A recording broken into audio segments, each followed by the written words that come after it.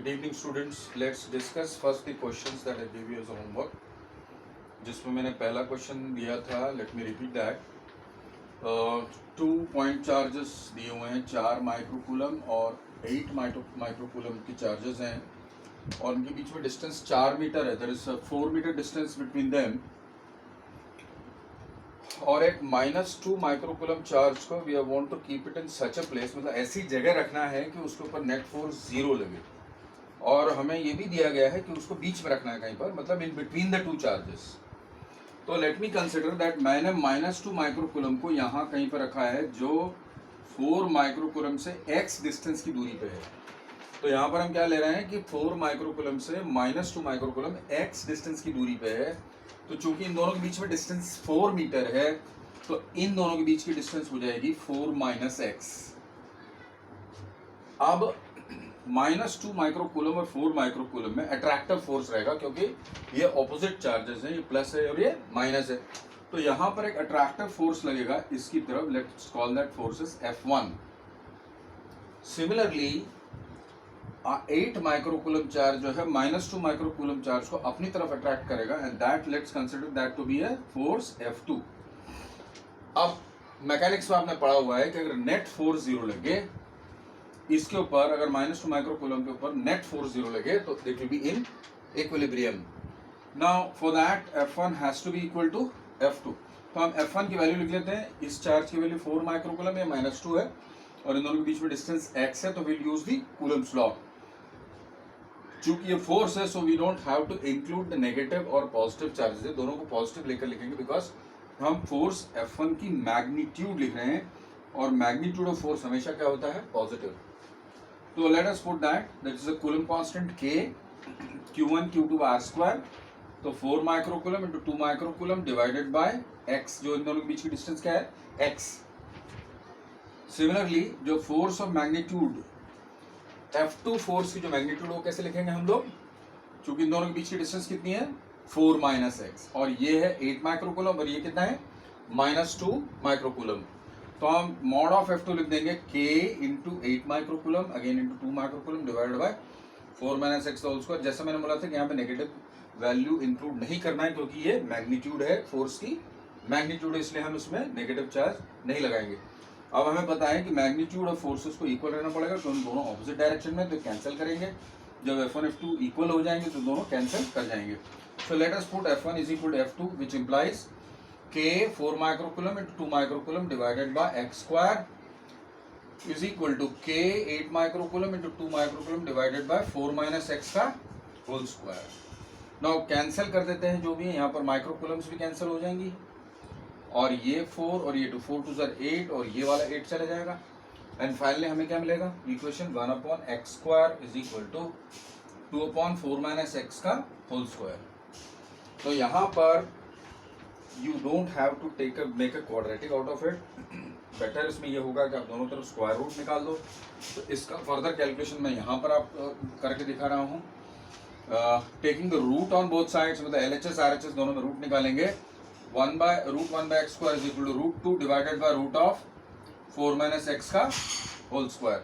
तो ये बन जाएगा 1/x is equal to √2/4 - x. Cross multiply कर देते हैं. 4 - x is equal to √2x और x वाले टर्म को राइट में ले जाएंगे. तो इसका कंटिन्यूएशन में मैं यहाँ पर नीचे लिख देता हूँ और I will do that calculation यहाँ पे कर देता हूँ. तो यहाँ पर x को वहाँ ले जाते हैं, तो 4 is equal to √2x plus x हो जाएगा और 4 is equal to √2 plus 1x हो जाएगा और x इज इक्वल हो जाएगा 4/√2 प्लस 1. तो अगर ये आपको मीटर में दिया तो ये भी मीटर में आ जाएगा. और दूसरी चीज़ ये है कि अगर if you want to rationalise it, you can do the rationalisation also, और ऊपर नीचे √2 - 1 मल्टीप्लाई करोगे तो ये बन जाएगा 4 इंटू √2 - 1. तो द फाइनल आंसर आपका 4 इंटू √2 - 1 मीटर आ जाएगा. नाउ ये वाला क्वेश्चन क्लियर हो गया. फिर से मैं आपको एक बार बता देता हूँ. Let me explain it once again. यहाँ पर एक 4 माइक्रोकूलम पॉइंट चार्ज है और एक 8 माइक्रोकूलम पॉइंट चार्ज यहाँ पर है. हमें -2 माइक्रोकूलम को ऐसी जगह रखना है कि उसके ऊपर नेट फोर्स, मतलब टोटल फोर्स उस पर 0 लगे. तो ऑब्वियसली ये दोनों ही है सिस्टम के अंदर, तो ये तीसरे चार्ज के ऊपर दोनों फोर्स लगाएंगे. 4 माइक्रोकूलम -2 को अपनी तरफ अट्रैक्ट करेगा और 8 माइक्रोकूलम भी -2 को अपनी तरफ अट्रैक्ट करेगा। ना इन दोनों फोर्सेस की वैल्यू कूलम के लॉ के एप्लीकेशन से कर लेते हैं, क्योंकि ये 4 है -2 है, तो इसकी मैग्नीट्यूड हम लिखेंगे k 4 माइक्रो 2/f²। F2 की वैल्यू उस प्रकार से लिख देंगे k into 8 microcoulomb into 2 microcoulomb upon 4 minus, मैं यहाँ पे साइन नहीं ले रहा हूँ, as I told you the magnitude of force है। दोनों फोर्स की वैल्यू को हम इक्वल कर देते हैं, तो यहाँ पर कैंसिल हो जाएगा, और जो इक्वेशन मिल रही है उसको क्वाड्रेटिक में मत बदलो, उसको दोनों तरफ रूट निकाल लो, रूट निकालने से लीनियर इक्वेशन बन जाएगा। क्रॉस मल्टीप्लाई करो, रीअरेंज करो, x की वैल्यू निकालना है हमें, और लास्ट में उसको रैशनलाइज करो। तो पहला क्वेश्चन आई बिलीव स्टूडेंट्स आपको क्लियर हो गया है। अगले क्वेश्चन में हम जाते हैं, उसको थोड़ा सा फिर से रिकॉल कर लेते हैं, उसको मैं समझा भी देता हूँ। I hope you are having the assignment with you. तो let me rub this off and let me put the next question.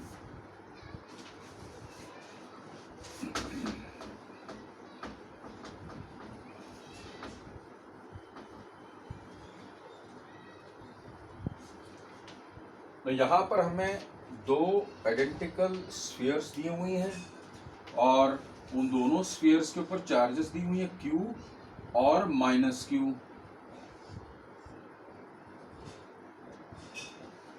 Initially in दोनों के बीच की डिस्टेंस d थी, पहले भी बाद में भी d ही रखते हैं हम लोग। नाउ इनिशियली जो फोर्स इन दोनों के बीच में होगा उसको अगेन हम लोग सिंपल कूलम्स लॉ से अप्लाई करके रख कर सकते हैं। It will B an attractive force, you know it why, because दोनों चार्जेस इक्वल हैं बट ऑपोजिट साइन के हैं, इसलिए अट्रैक्ट करेंगी। तो इन दोनों के बीच की जो फोर्स होगी, जो अट्रैक्टिव फोर्स होगी, दोनों तरफ इक्वल एंड ऑपोजिट फोर्स लगेगा। इक्वल एंड ऑपोजिट मतलब डायरेक्शंस ऑपोजिट होंगी लेकिन मैग्नीट्यूड सेम रहेगा। तो let us write down the initial force between the F equal to k q into q divided by d²। यहाँ पर वंस अगेन मैंने sign क्यों नहीं लिया बच्चों, because negative charge will be magnitude लेना है, हमें चार्ज का साइन यहाँ पे कंसिडर नहीं करना है। हमें इतना मालूम होना चाहिए कि इसमें अट्रैक्टिव फोर्स है, बट हमें चार्ज का ओनली मैग्नीट्यूड कंसिडर करना है। अब इसके बाद क्या हुआ कि हमने एक आइडेंटिकल स्फीयर लिया, let's call this sphere C, let's call this as A, let's call it as B। Sphere C को पहले हम A के कांटेक्ट में लाएंगे, तो उस प्रोसेस में क्या होगा, इसके पास 0 चार्ज था, इसके पास Q चार्ज था, तो ये दोनों चार्जेस जो हैं दोनों की कंबाइंड चार्ज इक्वली डिस्ट्रीब्यूट होगी। तो बेसिक सिंपल अलजेब्रा क्या बोलता है, इसमें जो चार्ज हो दोनों को ऐड करो और उसको डिवाइडेड बाय 2 कर दो। तो A और C के बीच में चार्ज जो है Q + 0 डिवाइडेड बाय 2, तो इसके बाद फाइनली क्या हो जाएगा Q/2। इसका मतलब ये हो गया कि C के पास भी चार्ज Q/2 आ जाएगा और इसके पास भी चार्ज कितना आ जाएगा Q/2।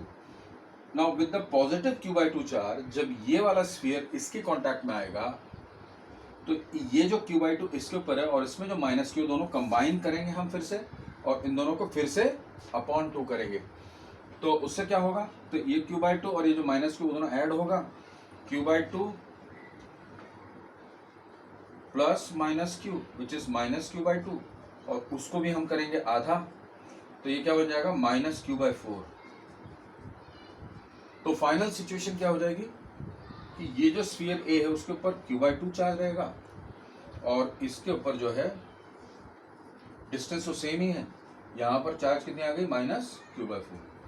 Once again forces are attractive, so दोनों स्फीयर एक दूसरे को अपनी तरफ खींचेंगी और दोनों फोर्सेस बन जाएंगे F' equal but opposite by Newton's third law. तो हम F' की वैल्यू लिख देते हैं magnitude again of the force only, because we are talking about only magnitude comparison, तो इसलिए यहाँ पर -Q चार्ज का माइनस वैल्यू इंक्लूड नहीं करेंगे, और हम लिखेंगे k Q/2 into Q/4 upon d² which is kq² upon 8d²। तो अब हमें सिर्फ दोनों का रेशियो निकालना है। यहाँ पर आप देख रहे हो F की वैल्यू kq²/d² है, और यहाँ पर आपको चार्ज की फोर्स की वैल्यू क्या मिल रही है kq²/8d²। इन दोनों फोर्स की रेशियो क्लियरली दिख रही है कि ये वाली जो फोर्स है इसकी 1/8 वैल्यू की है, जिसे हम क्लियरली लिख सकते हैं F/F' इक्वल टू कितना हो गया 1/8। So therefore the final force is 1/8 of the initial force. And what we did, हमने क्या किया, एक न्यूट्रल स्फीयर को पहले A के कांटेक्ट में लाए, और उसके बाद जब उनमें चार्ज शेयरिंग हो गई तो इसमें जो चार्ज आ गया उसके साथ फिर उसी को लेकर B के साथ हमने कांटेक्ट में लाए। तो उससे क्या हुआ कि इसका Q/2 और इसका -Q दोनों ऐड करके हमने फिर से हाफ किया, तो हमें फाइनली B स्फीयर में कितना चार्ज मिला -Q/4। तो इनिशियली Q एंड -Q, तो फोर्स कितना होगा kq²/d²।